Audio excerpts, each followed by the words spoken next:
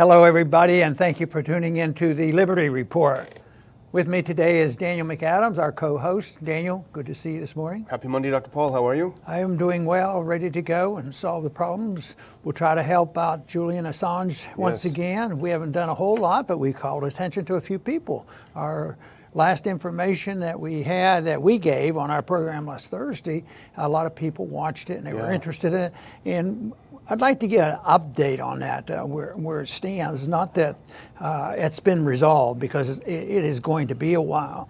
But, you know, the more I thought about what was going on, the more what our position is here confirms my assessment of our own foreign policy. And I guess at one time I said it sort of jokingly, but I think it's more truth than a joke. And I've always said that what we do is we have two foreign policies.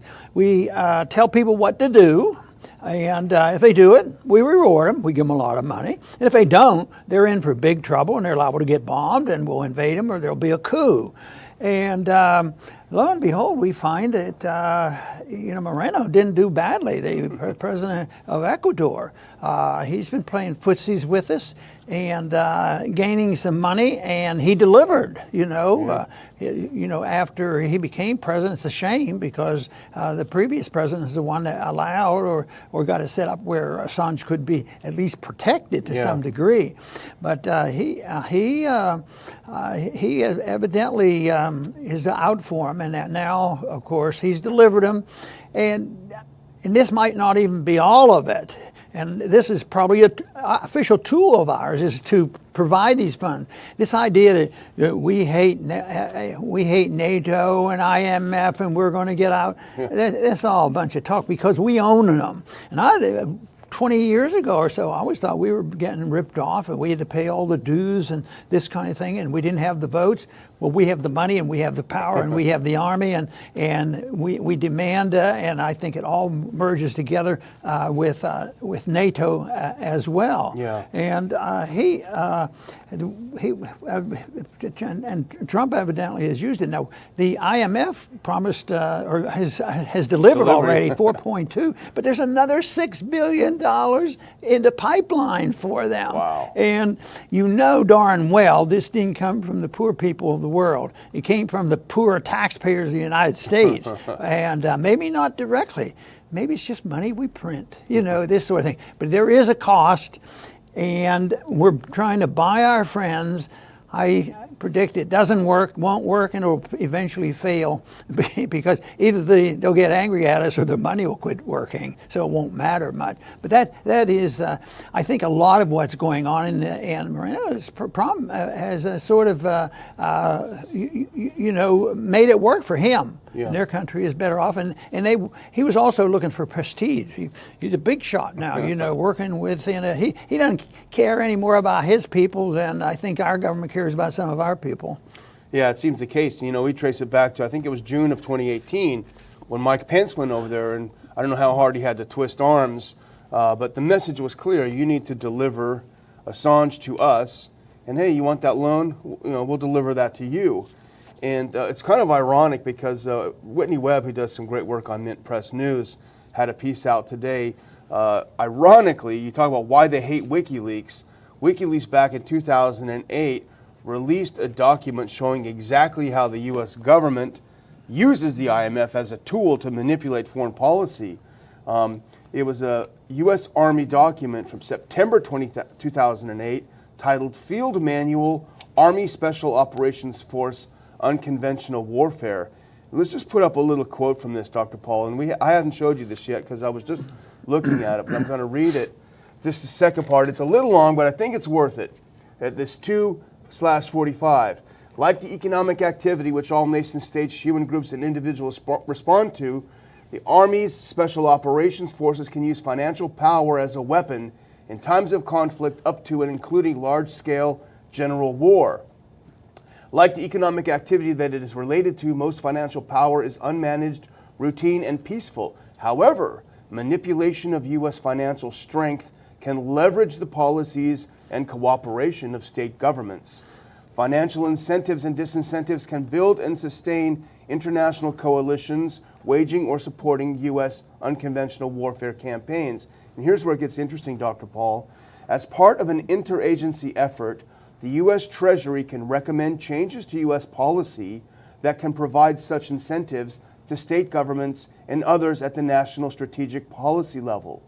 Participation in international financial organizations such as the World Bank, International Monetary Fund, Organization for Economic Cooperation and Development, and the Bank for International Settlements offers the U.S. diplomatic financial venues to accomplish such coalitions. I guess that sort of supports my theory on foreign policy. But I don't know why that shouldn't be called bribery. They ought to be punished. You know, the other thing that sort of amazes me is the media doesn't help us for exposing these lies and to try to just sort it out in a journalistic fashion. At the same time, they hate Trump. And they're not going to do anything to help him.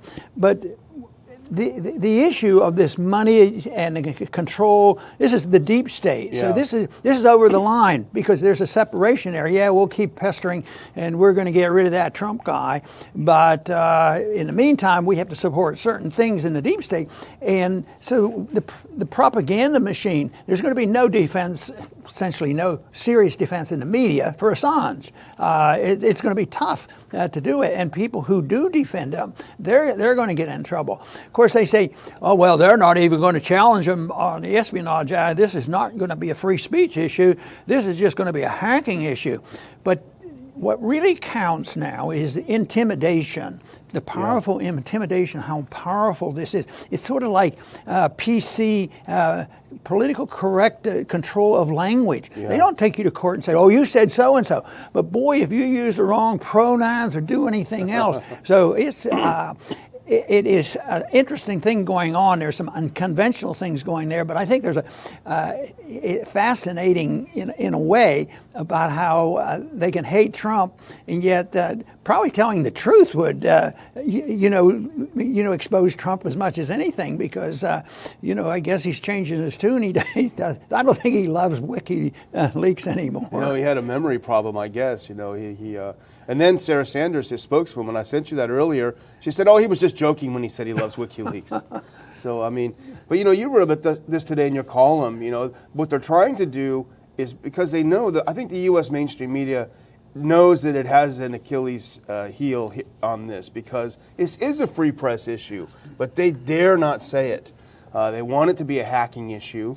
But as you pointed out in your piece, what Glenn Greenwald wrote right afterwards, what he's accused of doing is something that other New York Times, Washington Post, they advertise that they do, which is if you have a source who wants to leak something, you help that source do it anonymously. That's what it was. It was not hacking. It was helping Chelsea Manning anonymously leak material that was incriminating against the U.S. government. So it was the issue that was more important to them. They wanted that issue out, and they can skirt the rules and don't apply them there. Of course, I don't think they've ever been too interested in following the rules of journalism. It's been around for a long time where their participants. I saw a little clip recently on TV about leading up to World War II. How many lies and innuendos and preparations that went on before World War II broke out and what was known before, but the media participated in all that, and they still don't really talk about things like that. They don't talk about how many we do all the time, but they don't talk about how we got lied into Vietnam, not very often. But over time, people do learn it, but it's too slow. Yeah. You're right. We sure messed up in Vietnam. They lied us about Tonkin, Gulf of Tonkin firings. And then also, more people are beginning to realize that lies were told about Iraq. But in the meantime, the lies continue. And that's why the progressives that we work with are very sympathetic to these financial organizations. Oh, the World Bank, we're going to feed starving people, which is nothing more than another weapon for whoever gets control of the food and assistance that we send, and that's always a part of the war. Yeah, absolutely. And you talk about lies and spin, and that's really all they have. And the media loves it. They're pushing it.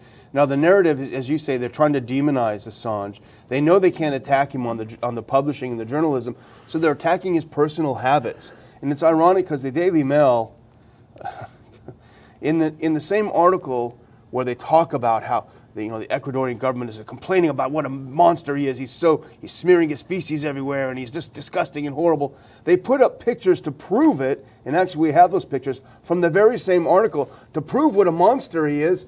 That's a clean bathroom. That's a lot better than any dorm room. The kitchen, he's got a dirty plate on it. Okay, sometimes that happens.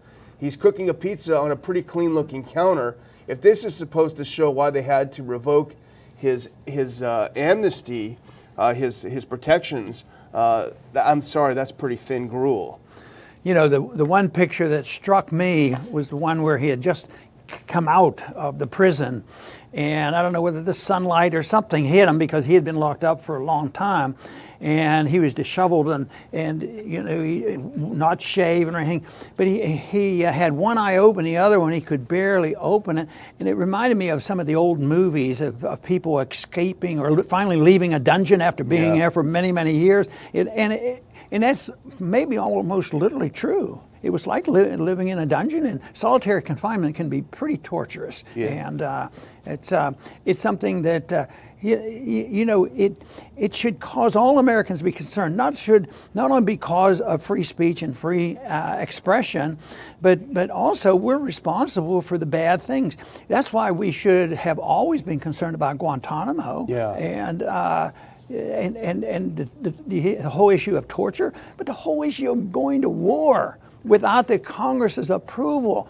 And so the American people just, are lackadaisical. But it was encouraging, Daniel. I have to say, we did well with our program because on Thursday we were trying to alert people. This is serious stuff. So we reached a lot of people that didn't hear that on the television. And I don't know what you can think, but the numbers were good. But what if each one of those numbers talked to 10 other people? So there is an influence. So when we get discouraged about not saving the world, do we have an impact? That we should look and that's generally true about all issues. Ideas and all spread. The more serious ideas spread that way rather than just through the propaganda machine. And this is what's great about what's happening today. The large majority of people now, if you just hear the announcement by the government, most people either they get turned off and they ignore it, which is a lot better than consuming it. But others now are saying, why should we believe them? And there's a lot. There's a lot that will not believe either party, but unfortunately, that's alive and well.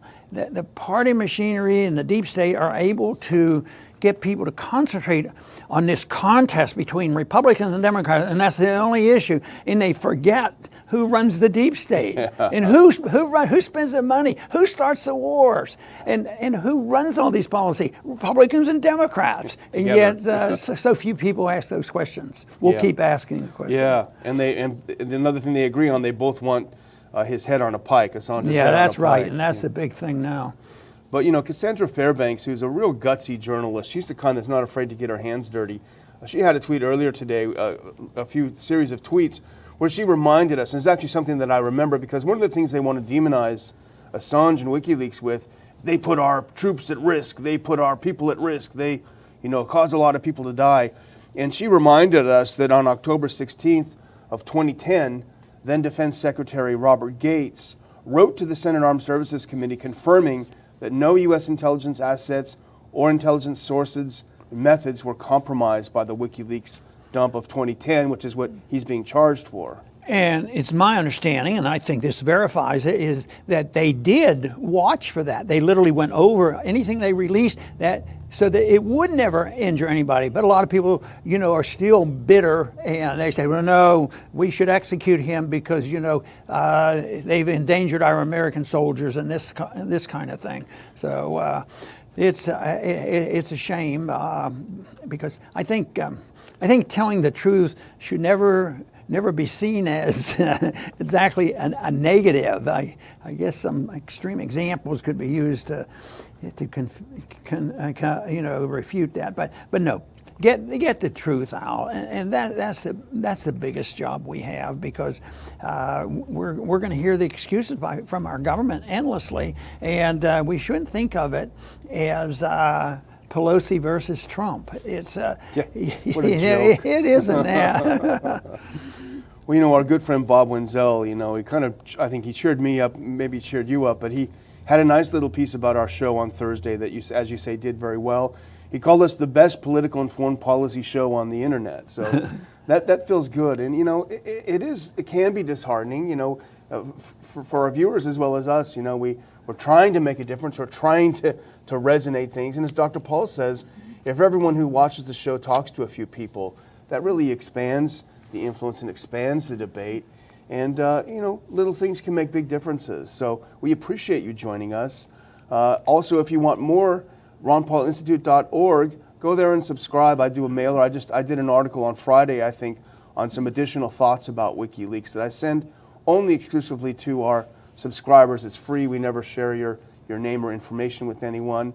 So there are many ways of getting informed and getting in touch. And, hopefully we will continue to reach out to people and enjoy their support. Dr. Very Paul? good.